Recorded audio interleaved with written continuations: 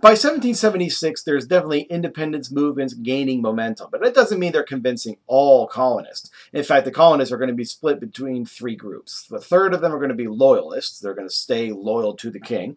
The third of them are going to be neutral. They don't care one way or another. And a third of them are going to be rebels, or in the English perspective, or patriots in the American perspective.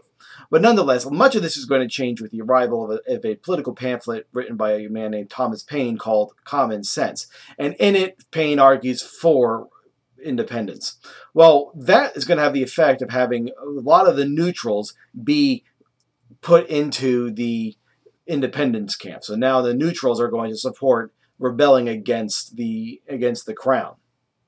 Now, the Continental Congress is going to create a committee in order to write a resolution of this independence. And we generally focus on the big three, Thomas Jefferson, Benjamin Franklin, and John Adams. Look at the famous musical 1776 or the more recent John Adams series by HBO, and you can see this. The fact that we have just these three men. But that doesn't mean that there are just these three men in the room. Rather, what you're going to have is five men: Jefferson, Franklin, Adams, Robert Livingston, and Roger Sherman.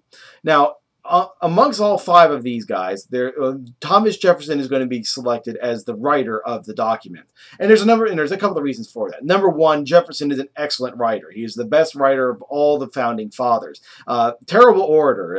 One of those. For you presidential trivia buffs, the only two speeches that Jefferson makes during his presidency are his first and second inaugural addresses, and they don't go down in history as any of the greats. But nonetheless, Jefferson is going to be selected because he's the best writer. He's got experience writing about these types of things. On top of that, he's also a Virginian. Just like Washington was selected to be commander-in-chief of the army because he was a Virginian to link the problems of the North from the South, Jefferson is going to be selected to be the writer because he's a Virginian, and they needed Virginian support. On June 28th, the document is going to be pretty much presented. Jefferson is going to finish it, and they are going to present the draft to Congress. On June 2nd, the Congress is going to vote in favor of it, and finally on July 4th, it's going to be adopted. The question is, what's it about? What does the Declaration of Independence say? Well, there's two major parts. The first part is the philosophical underpinnings of the American Revolution.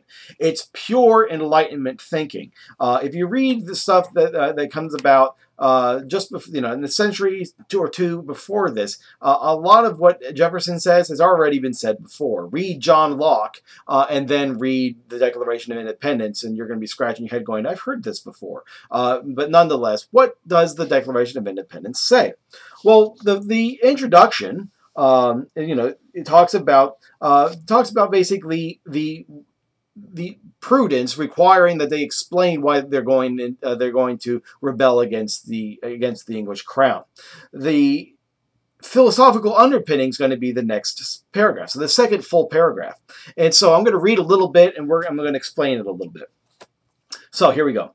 We hold these truths to be self-evident, that all men are created equal, that they are endowed by the Creator with certain unalienable rights, that among these are life, liberty, and the pursuit of happiness, that to secure these rights, governments are instituted among men, deriving their just powers from the consent of the governed.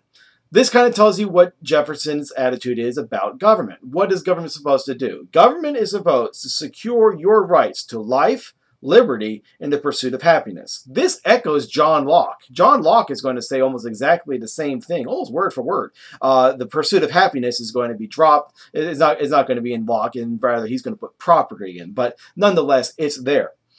Continuing on. That whenever any form of government becomes destructive of these ends, it is the right of the people to alter or abolish it and to institute new government.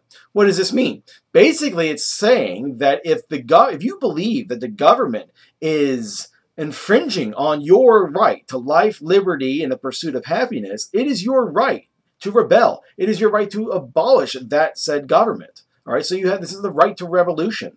Again, classic John Locke. But Jefferson goes a little further than Locke does. This is where he gets a little bit more original. If you fast forward a few lines, here's what it says. When a long lane of abuses and usurpations, pursuing invariably the object evinces a design to reduce them under absolute despotism, it is their right, it is their duty to throw off such government and to provide new guards for their future security. It's that little line in there, "it is their duty," that Jefferson progresses the Enlightenment thought. Locke just talks about the right to overthrow tyrannical governments, but Jefferson elevates it. He elevates it from a right to a duty. So not only do you have a right to rebel against the government, you actually don't have a choice. You have the duty to do so. You were supposed to do this, and so this is some of the themes that comes out of the Declaration of Independence. The rest of the Declaration of Independence, for the most part, is all of the abuses that he accuses the king of. And I have a question on the slide. Who's it addressed to and why? Or more, maybe a better question is, what's the most prominent pronoun in the Declaration of Independence? And the word is he. That's the pronoun. He meaning the king. It's not it. It's not they. And mainly because of the fact that by this time, by June and July of 1776, the king is the only recognized English authority over the colonies. Remember, Parliament lost its recognition by the colonists a long time ago, and now it's up to the king to be the last vestige of the royal government with presence within the colonies. And this is the final break with the king. That's why whenever you read it and it talks about he refused to assent to laws, he forbidden his governors to pass laws, he refused to pass other laws for accommodation. Every time it says he, and that is the king. So this is the reason why when you read the Declaration of Independence, we have a whole bunch of he's, and now you understand a little bit more about the philosophical underpinnings that drove Thomas Jefferson's thoughts.